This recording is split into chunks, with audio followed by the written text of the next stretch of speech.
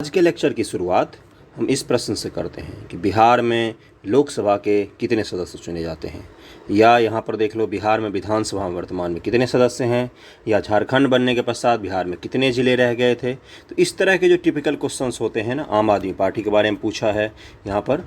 इस तरह के जो पॉलिटी के क्वेश्चंस होते हैं ना, जो बीपीएससी में हर साल ही पूछे जाते हैं। आप किसी भी साल का पेपर उठा लो, 4 से 5 क्वेश्चंस आपको इस चैप्टर से टकराएंगे। तो आप सभी का स्वागत है study for UPSC PCS channel में। आज हम क्या पढ़ने वाले पहले ही स्पष्ट हो गया होगा। दृष्टि आईएएस का बिहार समग्र जो आता है, उससे हम लोग बिहार की पॉलिटी कंप्लीट करेंगे, जिसमें देखेंगे बिहार में कितने ज़िले हैं, कितने अनुमंडल, कितने प्रमंडल, कितने ब्लॉक, सब कुछ पढ़ेंगे आज। कितने विधानसभा, राज्यसभा, सब कुछ पढ़ेंगे। ओके।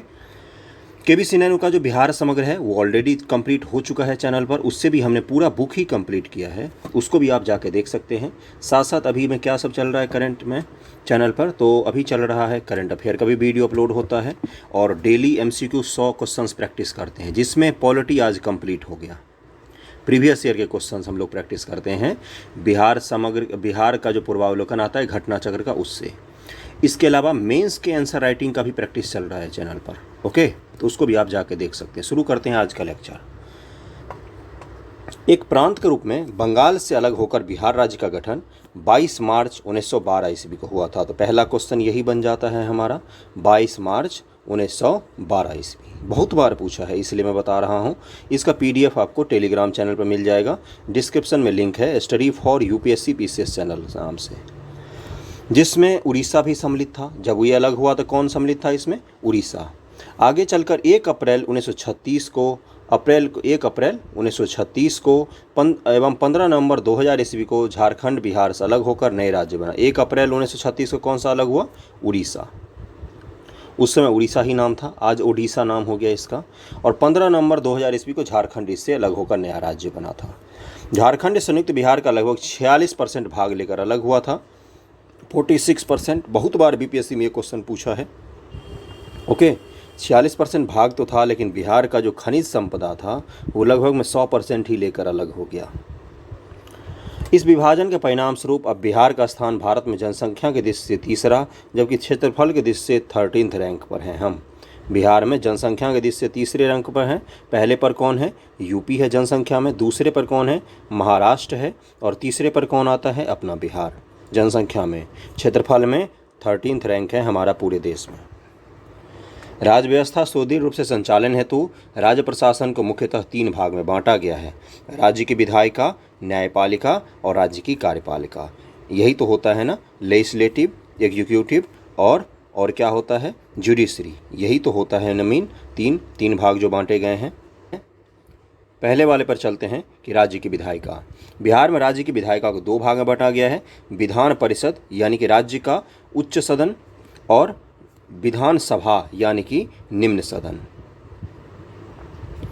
पहला है बिहार का विधान परिषद।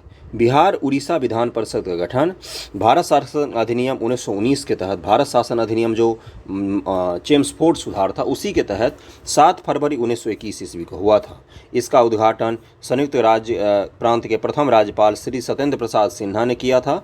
परंतु इसके पूर्व इंडिया काउंसिल एक्ट जो 1861 का एक्ट आया था, और 1909 of government of India act 1912 के तहत विधान परिषद की स्थापना हो चुकी थी। 7 फरवरी 1921 को जब बिहार उड़ीसा विधान परिषद अस्तित्व में आई, 7 फरवरी 1921 को, तो सर वॉल्ट मोर प्रथम सभापति मनोनीत हुए थे। कौन हुए थे प्रथम सभापति? वॉल्टर मोर। 28 मार्च 1936 को बिहार के लिए अलग विधान परिषद गठित किए जाने का आदेश हुआ। वर्ष 1938 में विधान परिषद अपने वर्तमान भवन में काम करने लग गया। अभी जो उसका वर्तमान का भवन है वो 1938 ईस्वी में ही बना था। अगला पैरा पर चलते हैं कि वर्तमान में पृथक बिहार विधान परिषद है। अब उड़ीसा भी अलग हो गया है, जिसके कुल सदस्यों की संख्या कितनी है? 75 है। इसको नोट डाउन कर लेना, अगर पता है आपको तो बहुत अच्छी बात है। 75 सदस्य हैं हमारे बिहार राज्य के उच्च सदन में, विधान परिषद में। इन सदस्यों की नियुक्ति हेतु निम्न प्रावधान है। इसी से 67वीं बीपीएससी में क्वेश्चन पूछ लिया था कि निम्न में से कौन है ऐसा जो विधान परिषद में सदस्यों का चुनाव नहीं करता है, ये पूछा था। उसमें उद्योगपति उसका आंसर था। कुल सदस्य का 1/3 विधानसभा के सदस्यों द्वारा चुना जाता है। विधान परिषद के सदस्य होते हैं उनका 1/3 विधानसभा के सदस्य चुनते हैं। 1/3 पंजीकृत संस्थानों द्वारा, जो रजिस्टर्ड इंस्टीट्यूशंस हैं उनके द्वारा चुना जाता है। 1/12 पंजीकृत स्नातकों द्वारा, जो स्नातक जो बच्चे हैं राज्य के, वो चुनते हैं विधान परिषद के 1/12 सदस्य को। जो कम से कम 3 वर्ष पूर्व स्नातक की उपाधि पूर्ण कर चुका हो उनके द्वारा चुना जाता है। अगला क्या है, सदस्यों का 1/12 शिक्षक प्रतिनिधियों द्वारा चुना जाता है, जो कम से कम 3 वर्ष पढ़ाने का अनुभव रखता हो। 3 साल से ज़्यादा का जिन शिक्षकों का एक्सपीरियंस होगा वो लोग मिलकर 1/12 सदस्यों का चयन करते हैं विधान परिषद के लिए। सदस्यों के 1/6 भाग राज्यपाल द्वारा भी मनोनीत किया जाता है। 1/6 राज्यपाल द्वारा, जो आवश्यक रूप से निम्न क्षेत्रों में ख्याति प्राप्त करता होते हैं, जैसे कला, साहित्य, विज्ञान, समाज सेवा एवं सहकारिता में जो लोग होते हैं उनको राज्यपाल मनोनीत कर सकता है विधान परिषद के सदस्य के रूप में। नेक्स्ट क्या दिया है कि विधान परिषद में सदस्य बनने के लिए निम्न योग्यताओं का पालन करना आवश्यक है, जैसे बिहार का स्थायी निवासी हो, 30 वर्ष की आयु पूरी कर चुका हो, राज्य सरकार के अधीन किसी लाभ के पद पर न हो, पागल या दिवालिया घोषित न हो। स्मरणीय तथ्य क्या दिया है, बिहार विधान परिषद एक अस्थायी सदन है जिसमें सदस्यों का चुनाव 6 वर्ष के लिए किया जाता है। 6 वर्ष इनका कार्यकाल होता है, 6 वर्ष का। 1/3 सदस्यों को प्रत्येक 2 वर्ष बाद प्रतिस्थापित करके उसके स्थान पर नए सदस्यों का चुनाव किया जाता है। विधान परिषद की अध्यक्षता उपस्थित सदस्यों द्वारा निर्वाचित सभापति के द्वारा की जाती है। वर्तमान बिहार विधान परिषद के कार्यकारी सभापति श्री अवधेश नारायण सिंह हैं, जो कि बिहार विधान परिषद के उपसभापति पद पर भी आसीन हैं। अगला है बिहार विधानसभा। बिहार राज्य विधानमंडल में विधानसभा को निम्न सदन कहा जाता है। इसमें सदस्यों की कुल संख्या कितनी है, 243 सदस्य हैं। एक सदस्य एंग्लो इंडियन समुदाय का प्रतिनिधित्व करता है, का मनोनयन राज्यपाल द्वारा किया जाता है। एंग्लो इंडियन का किसके द्वारा किया जाता है, राज्यपाल के द्वारा। हालांकि नवंबर 2000 में बिहार राज्य पुनर्गठन अधिनियम 2000 के तहत एंग्लो इंडियन की सीट झारखंड के पास चली गई और निम्न सदन द्वारा ही राज्य के लिए आवश्यक कानून बनाने, बजट पारित करने, कार्यकाल पर अंकुश लगाने, निर्देशित करने का कार्य किया जाता है। वास्तविक शक्ति किसके पास होती है, निम्न सदन के पास ही होती है, विधानसभा के पास ही होती है। विधान परिषद को केवल निलंबनकारी सदन कहा जाता है और कुछ भी नहीं होता उसका काम। निम्न सदन की कार्यवाही सत्ता पक्ष के एवं विपक्ष के माध्यम से की जाती है। वर्तमान बिहार विधानसभा का स्पीकर श्री विजय कुमार सिन्हा हैं। अगर बदल गए हों या कोई और हों तो आप कमेंट करके जरूर बताइए। बिहार विधानसभा के अध्यक्षों की सूची, श्री राम दयालु सिंह, श्री बिंदेश्वरी प्रसाद वर्मा। सबसे पहले कौन बने थे, राम दयालु सिंह, बिंदेश्वरी प्रसाद वर्मा, डॉक्टर लक्ष्मी नारायण सुधांशु। ऊपर के 3 पढ़ लिए। अब सारे स्पीकरों का क्या नाम हमें याद करने हैं, तो नहीं, सारे के नहीं याद करने हैं। श्री विजय कुमार चौधरी बने थे 15 से 20 तक, फिर से वही बन गए, विजय कुमार सिन्हा बन गए, पहले चौधरी थे अब सिन्हा जी बन गए हैं। ये 2020 से अब तक हैं। स्वतंत्र भारत से पूर्व बिहार विधानसभा के प्रथम अध्यक्ष श्री राम दयालु सिंह, जबकि स्वतंत्र भारत में बिहार विधानसभा के प्रथम अध्यक्ष श्री बिंदेश्वरी प्रसाद वर्मा थे। यहाँ पर देख लो, स्वतंत्र भारत में पहले अध्यक्ष कौन है, 1946 से 1962 तक रहे बिंदेश्वरी प्रसाद वर्मा जी। ओके, चलिए आगे चलते हैं।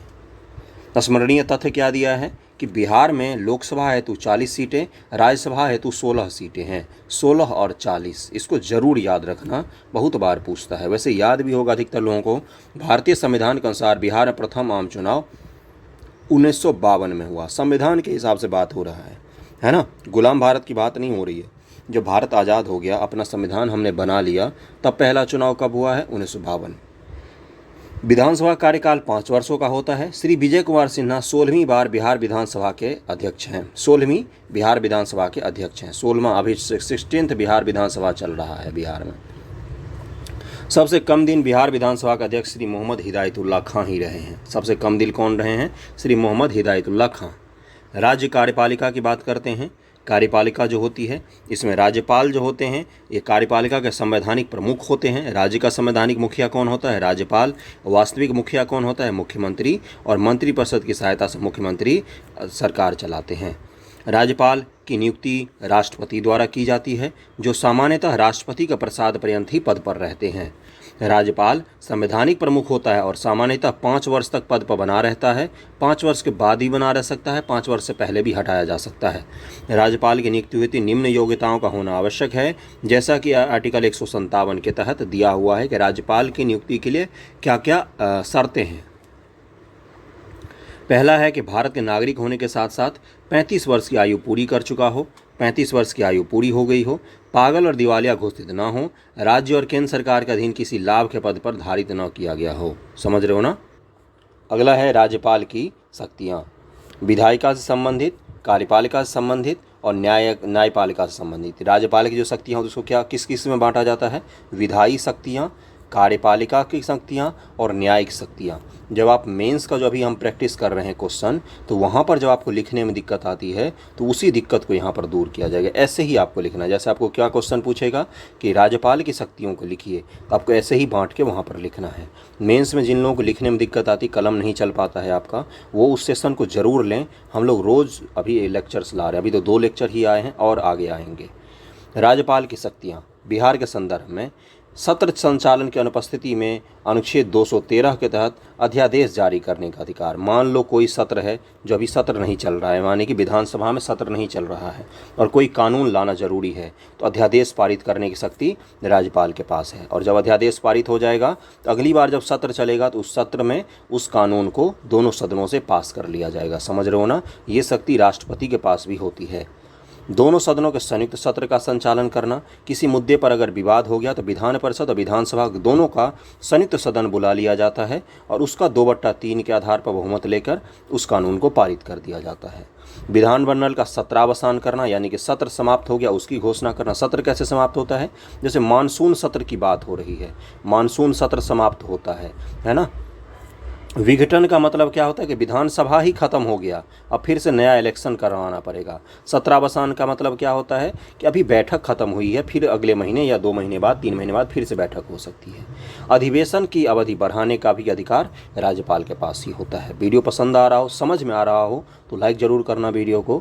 विधानमंडल द्वारा पारित साधारण विधेयक पर अनुमति देना या वापस भेजना अथवा राष्ट्रपति के स्वीकृति हेतु भेजने का भी अधिकार होता है।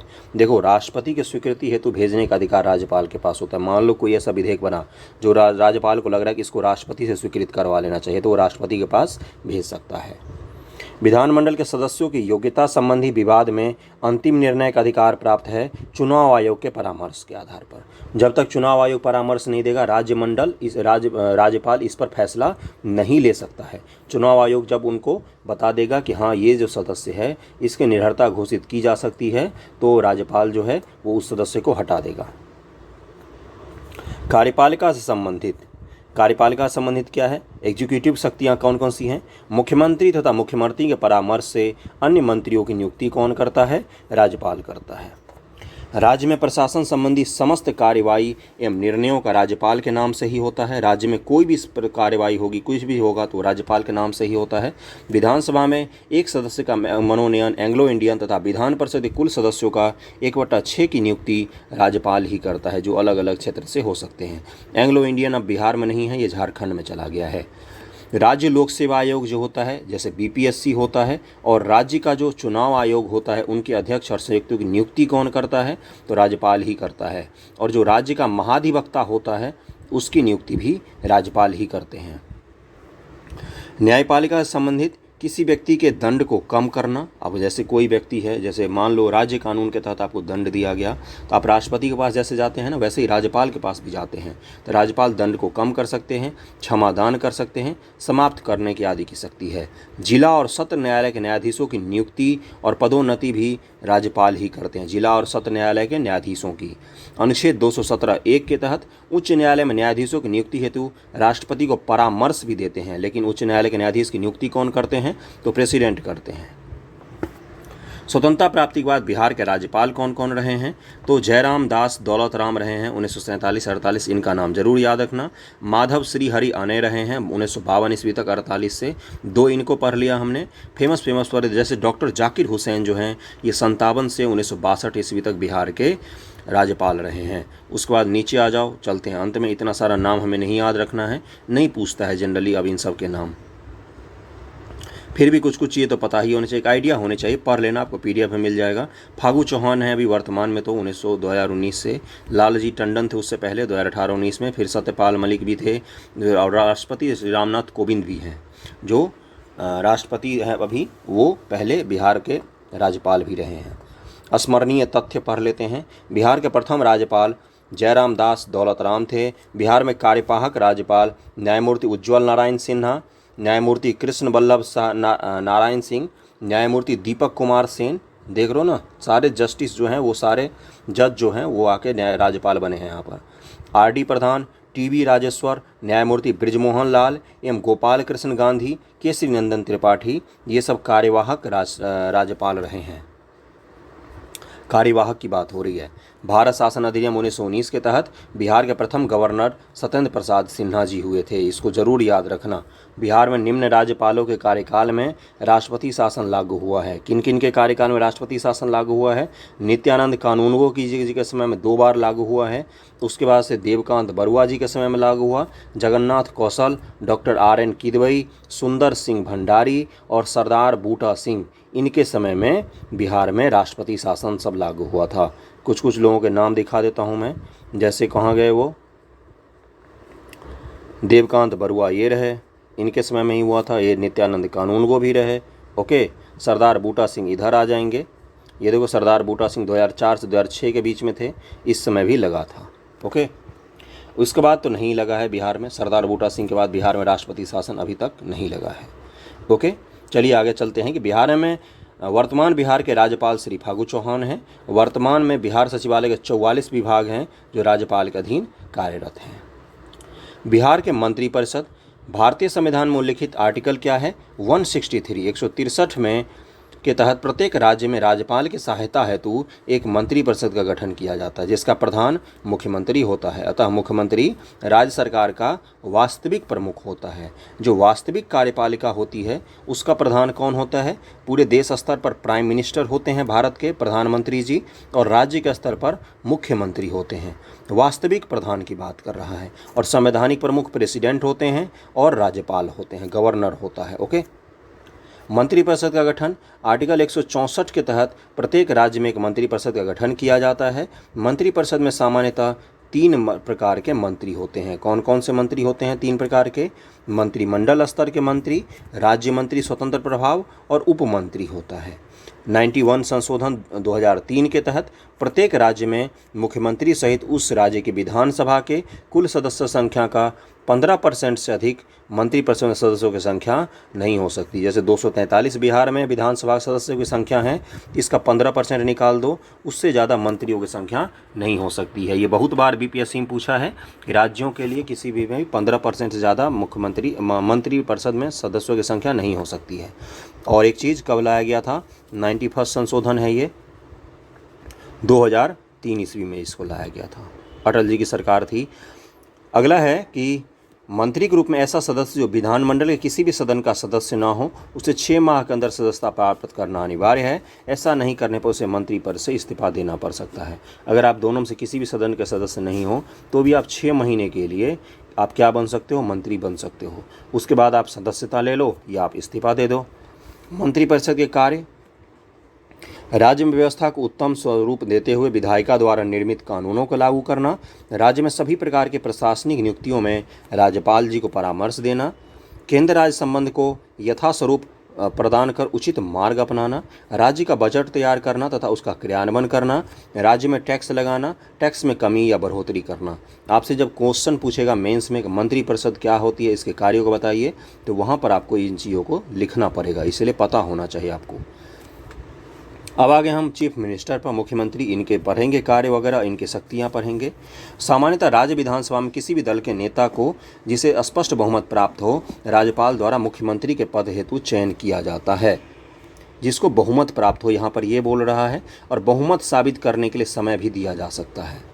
ये राज्यपाल की विवेकाधीन शक्तियाँ होती हैं कि किसको सरकार बनाने के लिए, मान लो त्रिशंकु विधानसभा हो गई है, 3-4 पार्टियाँ जिनको लगभग में एक ही जैसी सीटें मिल गई हैं, कम ज़्यादा 2-4, तो ये राज्यपाल की विवेक पर है कि वो किनको सरकार बुलाने के लिए आमंत्रित करता है। समझ रहे हो ना? इसी को लेकर आप देखते हो बार बार पॉलिटिकल क्राइसिस जो होता है, जैसे महाराष्ट्र में होता है या अलग जगहों पर होता है, वो इसी के कारण होता है। लेकिन विशेष परिस्थिति में जब विधानसभा में किसी भी दल को स्पष्ट बहुमत न हो तो राज्यपाल स्वविवेक के आधार पर किसी भी व्यक्ति को मुख्यमंत्री नियुक्त कर सकता है, बशर्ते वह व्यक्ति विधानमंडल के दोनों सदनों से किसी एक का सदस्य होने की योग्यता पूरी करता हो। योग्यता बस उसके पास होनी चाहिए, ऐसा नहीं होना चाहिए कि दोनों में किसी विधानमंडल का सदस्य हो, उसके पास योग्यता भी होगी तो उसको मुख्यमंत्री बना देगा राज्यपाल। और उसको क्या बोलेगा कि आपको हम 10 दिन का, 5 दिन का, 7 दिन का मोहलत देते हैं, आप अपना बहुमत साबित कर दीजिए, फ्लोर टेस्ट जिसको कहा जाता है। और 6 माह के अंतर्गत दोनों से किसी एक सदन की सदस्यता भी इसको लेनी पड़ेगी, क्योंकि किसी सदन का अगर सदस्य नहीं होगा तो।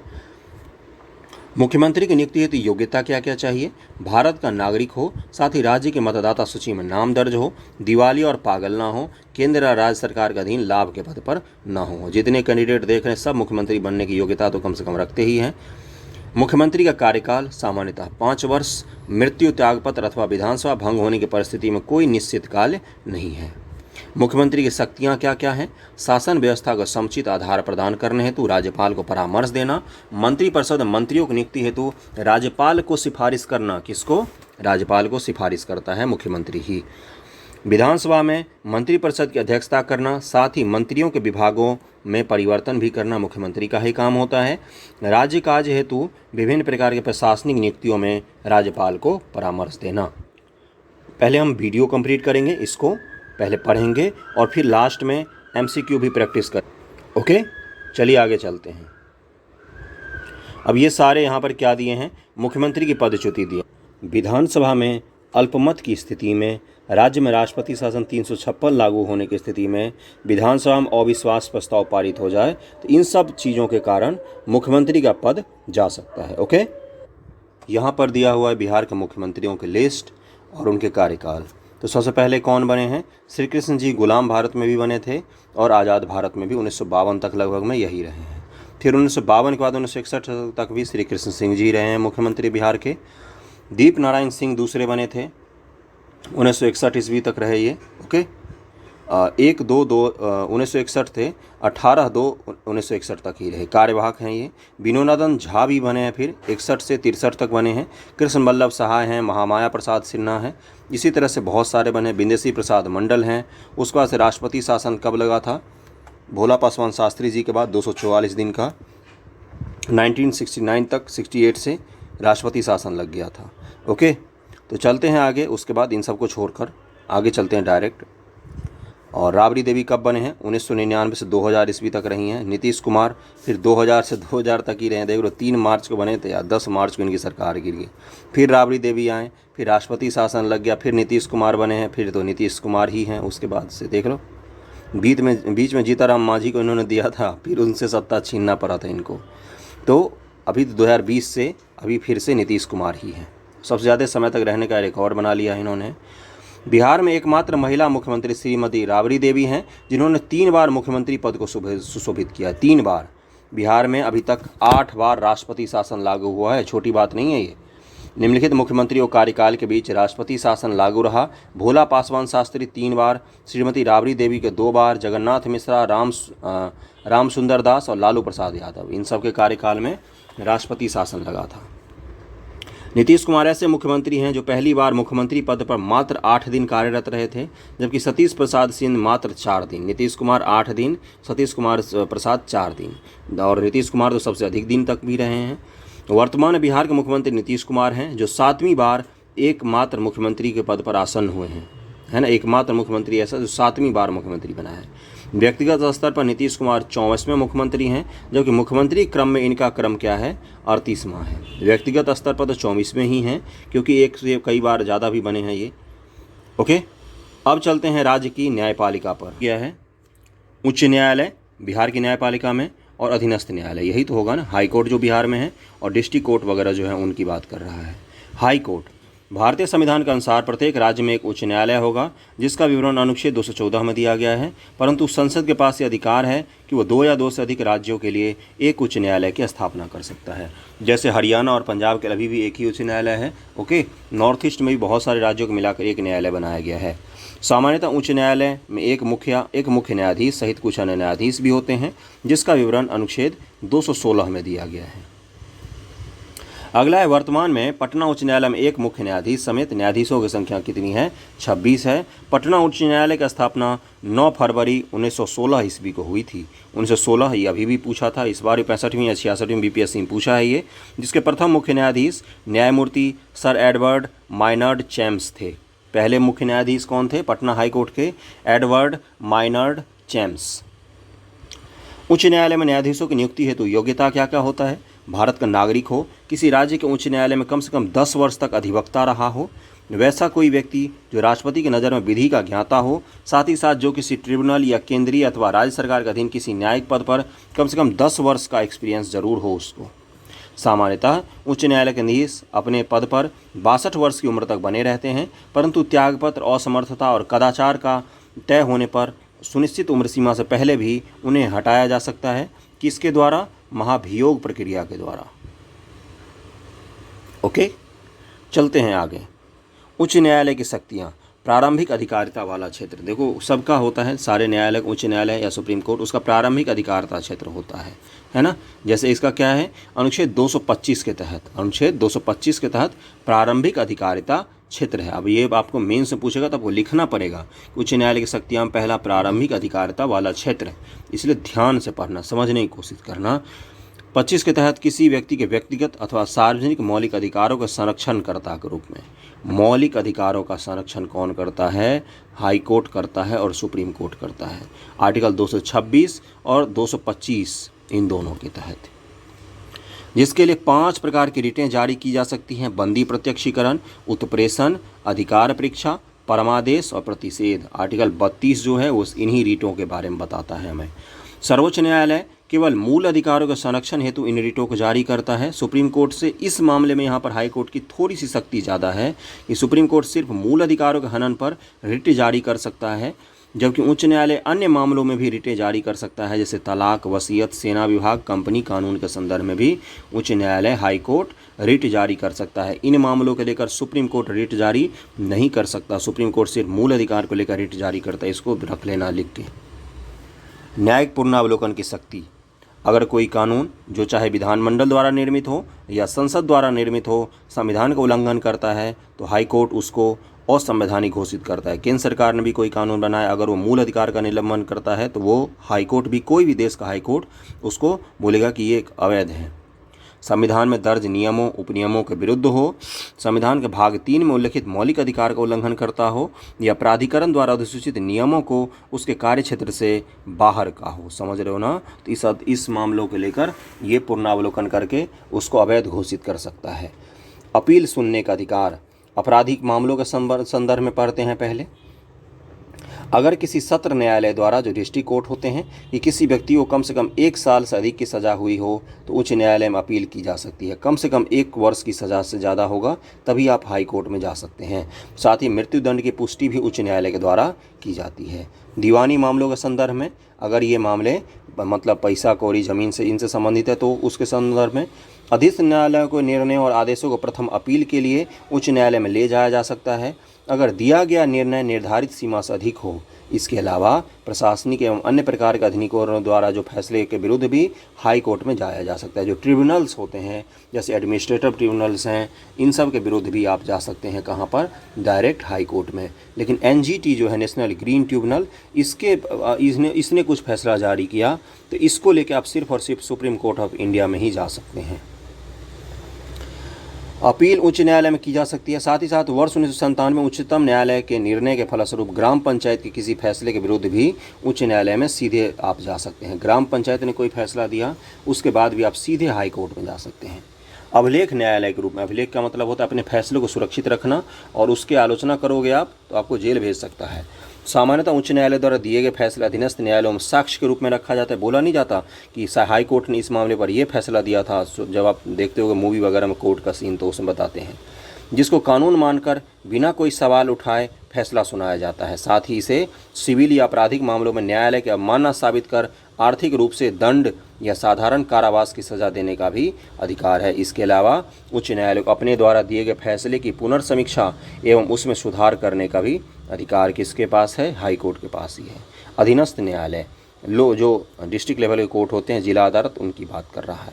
बिहार की राज्य न्यायपालिका में उच्च न्यायालय के अधीन कई प्रकार के न्यायालय हैं। जिला न्यायालय, अतिरिक्त जिला न्यायालय, उसके अलावा मुंसिफ मजिस्ट्रेट अदालत, रेलवे के लिए विशेष व्यक्ति मजिस्ट्रेट की अदालत इत्यादि को अधीनस्थ न्यायालय कहा जाता है। सामान्यतः जिला अदालत द्वारा अन्य अधीनस्थ न्यायालय से आई अपील की सुनवाई कर निपटारा किया जाता है। जिला न्यायाधीशों की नियुक्ति राज्यपाल संबंधित उच्च न्यायालय की सलाह के आधार पर करता है। ऐसे व्यक्ति को कम से कम 7 वर्ष का अधिवक्ता का अनुभव हो या केंद्र या राज्य की न्यायिक सेवा में कार्यरत हो, तभी उसको किया जाता है। ओके, स्मरणीय तथ्य क्या दिया है कि ब्रिटिश भारत में पटना उच्च न्यायालय के प्रथम मुख्य न्यायाधीश न्यायमूर्ति सर एडवर्ड माइनर्ड जेम्स चेमियर थे, जिनका कार्यकाल 1916 से 1917 तक रहा था। स्वतंत्र भारत में पटना उच्च न्यायालय का प्रथम मुख्य न्यायाधीश न्यायमूर्ति सर क्लिफोर्ड मनमोहन अग्रवाल थे। पहले उच्च न्यायाधीश कौन थे पटना उच्च न्यायालय में स्वाधीनता के बाद? तो यही थे, मनमोहन अग्रवाल, क्लिफोर्ड मनमोहन अग्रवाल, जिनका कार्यकाल जनवरी 1948 से जनवरी 1950 तक रहा था। वर्तमान में पटना उच्च न्यायालय के मुख्य न्यायाधीश कोई बदल गए होंगे तो मुझे मत बोलना, बता देना कमेंट करके, श्री संजय करोल हैं। बिहार में सर्वप्रथम लोकायुक्त न्यायमूर्ति श्रीधर वसुदेव सोहनी बने हैं, जिनका कार्यकाल 28 मई 1971 से 1978 तक रहा था। सर्वप्रथम लोकायुक्त न्यायमूर्ति की बात कर रहा है। बिहार राज्य मानवाधिकार आयोग की स्थापना 3 जनवरी 2000 ईस्वी को हुई थी। ये बहुत बार पूछा है बीपीएससी में। स्टेट ह्यूमन राइट काउंसिल की स्थापना कब हुई थी? 2000 ईस्वी में हुई थी। इसका पुनर्गठन 2008 में किया गया, फिर से इसको स्थापित किया गया। और प्रथम अध्यक्ष इसके न्यायमूर्ति एस.एन. झा बने थे। एस.एन. झा जो राज्य का मानवाधिकार आयोग है उसके प्रथम अध्यक्ष बने थे। बिहार राज्य महिला आयोग का कार्यकाल अधिकतम 3 वर्ष का ही होता है, 3 वर्ष का होता है। इस संदर्भ में राज्य मुख्यमंत्री समय के निर्धारण को कम या बढ़ा सकती है ना। राज्य सरकार जो है वो इनके महिला आयोग के कार्यकाल को बढ़ा या घटा सकते हैं। बिहार लोक सेवा आयोग स्थापना कब हुआ है बीपीएससी का? 1949 ईस्वी में। बहुत ही सुंदर दिन पर हुआ है, अप्रैल फूल के दिन, मूर्ख दिवस के दिन बीपीएससी की स्थापना हुई 1 अप्रैल 1949 को। और इसके सदस्यों का कार्यकाल 6 वर्ष या 62 वर्ष की उम्र तक होता है। जो भी पहले आ जाएगा तब तक रहता है। प्रथम अध्यक्ष श्री राजधारी सिन्हा रहे थे। वर्तमान अध्यक्ष श्री आर.के. महाजन हैं, जो रिटायर होने वाले हैं। बहुत ही भ्रष्टाचार का आरोप लगा इनके पे। बिहार कर्मचारी चयन आयोग जो बिहार एसएससी है उसकी बात कर रहा है। 4 नवंबर 1975 को इसकी स्थापना हुई थी। वर्तमान अध्यक्ष रविंद्र कुमार हैं। इसके एक अध्यक्ष और 2 अन्य सदस्य भी होते हैं। बिहार प्रशासनिक व्यवस्था, प्रमंडलीय प्रशासन 9 है प्रमंडल बिहार में। कितने हैं? 9 प्रमंडल। यहाँ से इंपॉर्टेंट चीज़ आ गया। जिला बिहार में 38, अनुमंडल कितने हैं? 101। और प्रखंड प्रशासन ब्लॉक कितने हैं? 534। ओके। बिहार राज्य की प्रशासनिक व्यवस्था का संचालन बिहार सचिवालय के द्वारा निर्धारित किया जाता है। सेक्रेटेरिएट जो है पटना में उसके द्वारा। वर्तमान में बिहार सचिवालय में 44 विभाग होंगे। चलो इसको एक बार और पढ़ते हैं। 9 प्रमंडल, 38 जिला, 101 अनुमंडल, प्रखंड 534। राज्यपाल द्वारा इन सभी विभागों के कार्यों का संपादन, बंटवारा, क्रियान्वयन किया जाता है। इस संदर्भ में प्रशासनिक व्यवस्था को निम्न श्रेणी के माध्यम से संचालित किया जाता है। कौन कौन सा है? प्रोविजनल एडमिनिस्ट्रेशन, जिसको प्रमंडल कहा जाता है, प्रमंडलीय प्रशासन। प्रोविंशियल एडमिनिस्ट्रेशन होता है, प्रोविंशियल। बिहार में 9 प्रमंडल हैं। इसको कमिश्नरी भी सामान्य भाषा में बोलते हैं। प्रमंडलीय आयुक्त के माध्यम से इन प्रमंडलों के प्रशासन का संचालन किया जाता है, प्रोविंशियल एडमिनिस्ट्रेशन। प्रमंडलीय आयुक्त मुख्य रूप से जिलाधिकारी के कार्यों का पर्यवेक्षण करने के साथ साथ न्यायालय के कार्य के पर्यवेक्षक की भूमिका में भी होते हैं। जिले की संख्या की दृष्टि से सबसे बड़े 3 प्रमंडल हैं। कौन कौन से? सबसे बड़ा 3 प्रमंडल है। तिरहुत प्रमंडल में 6 जिले आते हैं, मुंगेर प्रमंडल में 6 जिले आते हैं, पटना प्रमंडल में 6 जिले आते हैं। भागलपुर प्रमंडल में मात्र 2 ही जिले हैं। भागलपुर प्रमंडल में कितने जिले हैं? मात्र 2 ही जिले हैं। मगध प्रमंडल में 38 जिले के रूप में अरवल को जोड़ा गया है। मगध प्रमंडल के रूप में 38वां जिला के रूप में किसको जोड़ा गया है? अरवल को जोड़ा गया है। अब यहाँ पर जिलों की संख्या देखेंगे और दिमाग में मैप बनाते चलना, याद हो जाएगा। एक मैं मैप डाल दूंगा टेलीग्राम ग्रुप पर, जिसमें कलर वाइज दिखाया हुआ है प्रमंडल को, एरिया वाइज, है ना। मेरे पास है वो, मैं आपको डाल दूंगा। ऑलरेडी डाला भी हुआ है, बस उसको एक बार फिर से रीपोस्ट कर दूंगा। तिरहुत प्रमंडल। अब देखो बिहार बनाओ, बिहार बन नहीं रहा, रुक जा बनाता हूँ। ये रहा बिहार, जो सही से बनाता हूँ। ये रहा अपना बिहार, ये बीच से गंगा जी बह रही हैं, गंगा जी बह गई। अब क्या करेंगे हम लोग, तिरहुत प्रमंडल में बनाएंगे। पूर्वी चंपारण, पश्चिमी चंपारण, मुजफ्फरपुर, सीतामढ़ी यहाँ पर, शिवहर यहाँ बीच में, वैशाली यहाँ पर। तो ये जो पूरा इलाका है, यहाँ से कोना कोनी जाओगे, जैसे बिहार बनाया, गंगा जी बह रही हैं, ये वाला इलाका पूरा एक बार तिरहुत प्रमंडल में आ जाता है। समझ गए। पटना प्रमंडल, बक्सर, कैमूर, भोजपुर, पटना, नालंदा और रोहतास, ये सभी पटना प्रमंडल में आते हैं। पटना प्रमंडल में कितने ज़िले, 6 ज़िले हैं। तिरहुत में 6 ज़िले, मुंगेर में 6 ज़िले। मुंगेर प्रमंडल में शेखपुरा, बेगूसराय, खगड़िया, मुंगेर, जमुई और लखीसराय आते हैं। मगध प्रमंडल में गया आता है, जहानाबाद, अरवल, नालंदा और औरंगाबाद जिला आता है मगध प्रमंडल में। सारण प्रमंडल में सीवान, गोपालगंज और सारण जिला आता है। दरभंगा प्रमंडल में समस्तीपुर, मधुबनी और दरभंगा 3 ही जिले आते हैं। मुजफ्फरपुर किस में आता है, तो तिरहुत प्रमंडल में आता है। पूर्णिया प्रमंडल में कौन कौन आएंगे, कटिहार, किशनगंज, अररिया और पूर्णिया। कोसी प्रमंडल में मधेपुरा, सुपौल और सहरसा। भागलपुर प्रमंडल में बांका और भागलपुर 2 ही जिले आते हैं। तो बिहार का मैप वाइज कलरफुल प्रमंडल वाला है, वह मिल जाएगा आपको टेलीग्राम चैनल पर, उसको देख लेना। और देखो पता है क्या पूछा बीपीएससी ने 66वीं में, कि किस प्रमंडल से होकर कौन सी नदी बहती है या नहीं बहती है। समझ रहे हो ना, ये टफ क्वेश्चन है, आपको पूरे ज्योग्राफी और पॉलिटी दिमाग में होना चाहिए, तभी उसको आप सॉल्व कर सकते हैं। जिला प्रशासन, बिहार में 38 जिले हैं। जिलों की दृष्टि से उत्तर प्रदेश और मध्य प्रदेश के बाद बिहार का स्थान आ जाता है, भारत में तीसरा है। उत्तर प्रदेश में 80 जिले हैं। अगला है जिले का प्रशासन जिलाधिकारियों द्वारा संचालित किया जाता है। अनुमंडलीय प्रशासन, सब डिविजनल एडमिनिस्ट्रेशन जो होता है, जिसको जहाँ पर एसडीएम वगैरह बैठते हैं, पहले तो आईएएस पास करके ही जाते हैं वहाँ पर। जो वर्तमान में बिहार में अनुमंडलों की संख्या 101 है। बिहार में कितने हैं सब डिवीज़न, 101 सब डिवीज़न हैं। अनुमंडल का कार्य संचालन अनुमंडल पदाधिकारी सब डिविजनल एसडीएम के द्वारा किया जाता है, जैसे कि अनुमंडल के क्षेत्रागत कानून व्यवस्था बनाए रखना, पुलिस पर नियंत्रण के साथ साथ अनुमंडल में आने वाली केंद्र राज्य जिलों से आने वाले विशेष व्यक्तियों की सुरक्षा का प्रबंधन भी एसडीएम के द्वारा ही किया जाता है। पूर्वी चंपारण और पटना जिले अनुमंडल की संख्या की दृष्टि से सबसे बड़े हैं। कौन कौन से, पूर्वी चंपारण और पटना, जिनमें 6 अनुमंडल हैं, 6 सब डिवीज़न हैं इन जिलों में, इतने बड़े बड़े ज़िले हैं ये, है ना। जबकि क्षेत्रफल की दृष्टि से गया, फिर पटना, दरभंगा और समस्तीपुर से बड़ा है। क्षेत्रफल की दृष्टि से गया जिला पटना, दरभंगा और समस्तीपुर से बड़ा है ना। आगे चलते हैं, यहाँ पर क्या दिया है, अनुमंडलों की संख्या दिया है और नाम दिया है हर एक जिला में। पश्चिमी चंपारण में बेतिया, बघिया, नरकटियागंज ये सब हैं। पूर्वी चंपारण में अररेजा, पकड़ी दयाल, सिकरहना, रक्सौल, मोतिहारी सदर और चकिया है ना। तो ये सारे दिए हुए हैं अनुमंडल। आगे चलते हैं, दरभंगा में क्या दिया है, दरभंगा, बेनीपुर, बिरौल और दरभंगा सदर यहीं पर मैं रहता हूँ। अगला है मधुबनी, इसमें जयनगर, मधुबनी सदर, बेनीपट्टी, झंझारपुर, फूलपरास दिया है। इसी तरह सबके अनुमंडल दिए। क्या हमें याद करना है, नहीं याद करना है, बिल्कुल नहीं याद करना है। 101 सब डिवीज़न है बिहार में, कैसे याद करोगे। ओके, चलते हैं आगे। चौथा क्या है, ब्लॉक एडमिनिस्ट्रेशन। बिहार में अब ब्लॉक एडमिनिस्ट्रेशन मतलब कि ब्लॉक कितने हैं बिहार में, ब्लॉक्स जो हैं अलग अलग, उनकी बात कर रहा है। कितने बिहार हैं, बिहार में ब्लॉक्स हैं तो 534 प्रखंड है, जहाँ पर बीडीओ साहब बैठते हैं, है ना। प्रखंड विकास पदाधिकारी के माध्यम से प्रखंड का कार्य संचालित होता है, जिसमें अंचलाधिकारी का कार्य महत्वपूर्ण भूमिका वाला होता है। इसके अतिरिक्त प्रखंड कृषि पदाधिकारी, पशुपालन, आपूर्ति पदाधिकारी आदि शामिल होते हैं। समझ रहे हैं, 534 प्रखंड है बिहार में। अब परीक्षोपयोगी महत्वपूर्ण तथ्य थोड़ा सा एक नज़र मार लेते हैं, फिर चलेंगे क्वेश्चंस पर। इसमें वैसी ही चीज़ें होती हैं जो एग्जाम में पूछे गए हैं या पूछे जाने की प्रबल संभावना होती है। ओके, इसको ध्यान से पढ़ना। अरवल जिला जो है का गठन अगस्त 2001 में मगध प्रमंडल के अंतर्गत किया गया था। इसको पूछा है बीपीएससी ने, इसलिए याद रखना। 1 अप्रैल 1936 को उड़ीसा बिहार से अलग हो गया।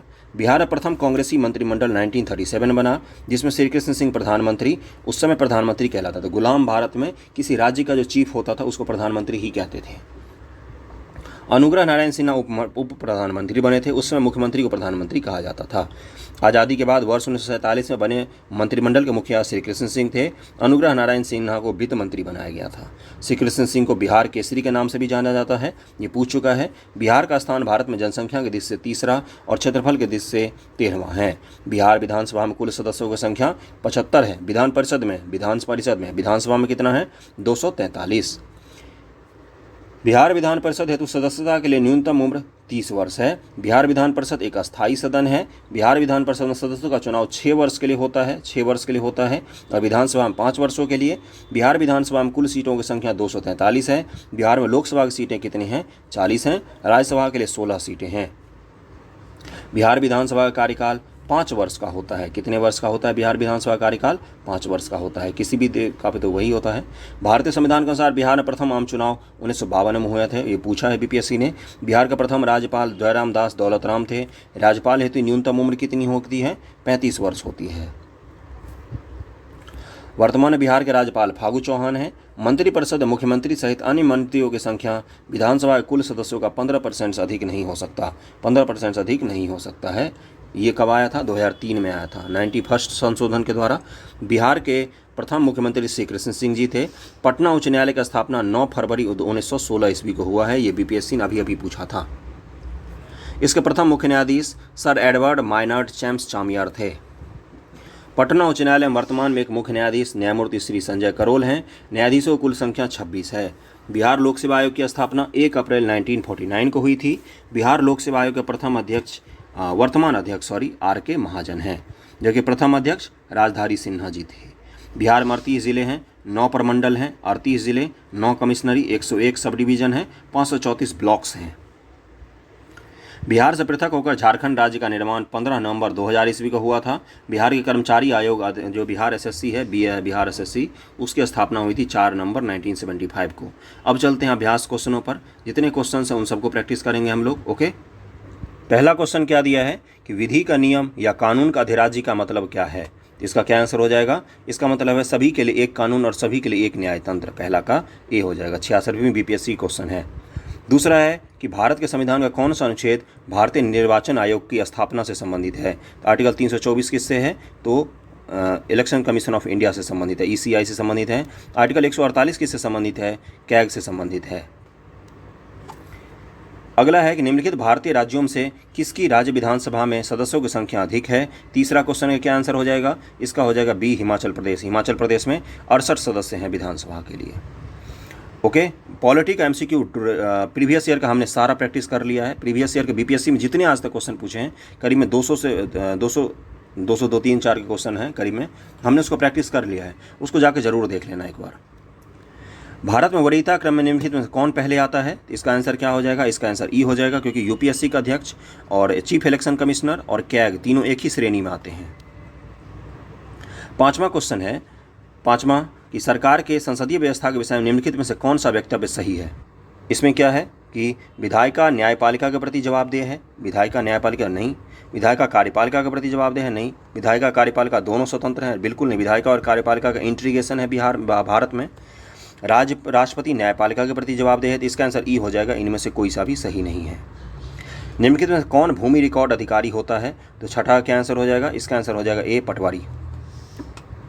7 है, निम्नलिखित विशेषताओं में से केंद्रीय शासन व्यवस्था के लिए कौन सा सही नहीं है? ये पूछा है आपसे, तो 7 का क्या आंसर हो जाएगा? सी, बड़े देशों के लिए आदर्श के रूप में केंद्रीय शासन प्रणाली नहीं होता है। समझ रहे हो ना? ये चीज़ गलत दिया है इसमें। केंद्रीय शासन प्रणाली जो बड़े देश होते हैं, जिनकी साइज बहुत बड़ी है, उनके लिए आदर्श प्रणाली होता है ना? तो सही नहीं की पूछा है, तो यहाँ पर ये हो जाएगा। आम आदमी पार्टी है, आम आदमी पार्टी का क्या हो जाएगा? 8 का आंसर। 8 का आंसर हो जाएगा आम आदमी पार्टी राज्य पार्टी भी है, एक पंजीकृत पार्टी भी है और क्षेत्रीय पार्टी भी है, तो इसका आंसर ई हो जाएगा। 9वां क्वेश्चन है, निम्नलिखित संवैधानिक उपचारों में से किसे पोस्टमार्टम कहा जाता है? तो 9 का क्या आंसर हो जाएगा? उत्प्रेषण को, क्योंकि जब काम घटित हो जाता है उसके बाद उत्प्रेषण रिट जारी होता है। 10 नंबर क्वेश्चन पे चलते हैं। भारत में मतदान के लिए प्रयोग की जाने वाली मशीन वीवीपैट जब इंट्रोड्यूस हुआ था, उसी समय ये 2019 में क्वेश्चन पूछा था आपसे, है ना, 65वीं बीपीएससी में। तो 10 का क्या आंसर हो जाएगा? 10 का आंसर हो जाएगा ये किस प्रकार की है, क्या संस्करण है इसका मतलब, तो क्या हो जाएगा इसका आंसर? 10 का दिया है आंसर सी, यानी कि M3 था। वीवीपैट M3 संस्करण था इसका। इनमें से किसने बिहार में पहले कांग्रेस मंत्रिसभा का नेतृत्व किया था? तो 11 का क्या आंसर होने वाला है? इसका आंसर हो जाएगा डी, श्री कृष्ण सिंह जी द्वारा नेतृत्व किया गया था। बिहार में लोकसभा कितने सदस्य चुने जाते हैं? तो 12 का क्या आंसर हो जाएगा? इसका आंसर हो जाएगा डी, 40 सदस्य चुने जाते हैं। झारखंड बिहार से कब पृथक हुआ था? तो 13 का क्या आंसर हो जाएगा? नवंबर में हुआ था ना, 15 नवंबर 2000 ईस्वी को। बिहार विधानसभा में वर्तमान में कितने सदस्य हैं? तो 243 सदस्य हैं, 14 का बी हो जाएगा आंसर। 15 नंबर है, झारखंड बनने के पश्चात बिहार में लगभग कितने जिले रह गए? तो 15 का क्या आंसर हो जाएगा? 38 जिले रह गए हैं। 38वां जिला कौन सा है? अरवल। निम्नलिखित में कौन बिहार के राज्यसभा के लिए चुने गए इनमें से? ये पूछा है आपसे। सुनील दत्त, राबड़ी देवी, साहिब सिंह वर्मा। तो 16 का क्या आंसर हो जाएगा? इसका आंसर हो जाएगा डी, इनमें से कोई सा भी नहीं। ये उस समय पूछा होगा 45 बीपीएससी जब हुआ होगा। हाल ही में बिहार से कौन सा एक नया राज्य बना था? तो झारखंड बना था। 17 का सी हो जाएगा। पुराने बिहार का कितना प्रतिशत जमीन लेकर झारखंड राज्य बना था? तो हमने अभी पढ़ा था, तो कितना था? तो 18 का क्या आंसर हो जाएगा? बी हो जाएगा। 45.85% जमीन लेकर झारखंड राज्य बना था। बिहार में निम्न जिलों में सबसे बड़ा जिला कौन सा है? तो 19 का क्या आंसर हो जाएगा? इसका आंसर हो जाएगा बी, गया जिला है। 20 नंबर है कि जातिवाद पर आधारित आतंकवादी सेना की राजनीति निम्नलिखित में से किस राज्य में हुआ था? तो ये बिहार में ही हुआ था। सूल सेना, रणवीर सेना, इन सब का नाम सुना होगा आपने, ब्रह्मेश्वर मुखिया वगैरह सबका। तो बिहार कर्मचारी चयन आयोग की स्थापना कब की गई थी? तो 21 का क्या आंसर हो जाएगा? इसका आंसर हो जाएगा बी, नवंबर 1975 में। बिहार एसएससी की बात कर रहा है। पटना उच्च न्यायालय की स्थापना कब हुई थी? 1916 ईस्वी में। ये अभी क्वेश्चन पूछा था। भारत की स्वतंत्रता के बाद बिहार के पहले राज्यपाल कौन बने थे? तो 23 का आंसर क्या हो जाएगा? डी, जयराम दास दौलतराम। बिहार का मुख्यमंत्री निम्नलिखित में कौन सा नहीं रहा है एक भी बार? नीतीश कुमार, रामविलास पासवान। तो रामविलास पासवान कभी भी मुख्यमंत्री बिहार के नहीं बने हैं। 24 का क्या आंसर हो जाएगा? इसका सी हो जाएगा। बिहार से उड़ीसा कब हुआ अलग? तो 25 का क्या आंसर हो जाएगा? 1 अप्रैल 1936 को अलग हुआ था। बिहार में विधान परिषद और विधानसभा की कितनी सीटें हैं?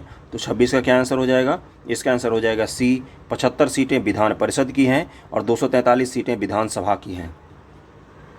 बिहार में प्रमंडल और अनुमंडलों की संख्या कितनी कितनी है? ये पूछा है आपसे। तो 27 का क्या आंसर हो जाएगा? इसका आंसर हो जाएगा डी, इनमें से कोई नहीं। 9 हैं और 101 है। ओके। बिहार लोक सेवा आयोग के प्रथम अध्यक्ष कौन थे? अभी कुछ देर पहले हमने देखा था, उनका नाम बताइए। तो 28 का क्या आंसर हो जाएगा? इसका आंसर हो जाएगा राजधारी सिन्हा जी पहले अध्यक्ष थे बीपीएससी के। इसकी स्थापना कब हुई थी? 1 अप्रैल 1949 को, बीपीएससी का, अप्रैल फूल के दिन। बिहार का स्थान भारत में जनसंख्या और क्षेत्रफल की दृष्टि से क्या है? तो बताइए क्या है? बिहार का जनसंख्या की दृष्टि से तीसरा है और क्षेत्रफल की दृष्टि से 13वां है।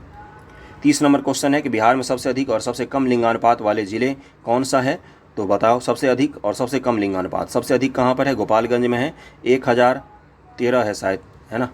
और सबसे कम मुंगेर में है, सबसे खराब। तो 30 का क्या आंसर हो जाएगा? 30 का आंसर ए हो जाएगा। लिंगानुपात देख के बताना, 2011 की जनगणना हम पढ़ चुके हैं। अरवल जिले का गठन कब हुआ था? 31 का क्या आंसर हो जाएगा? ए हो जाएगा, 2001 में हुआ था। किस प्रमंडल में आता है? तो मगध प्रमंडल में आता है।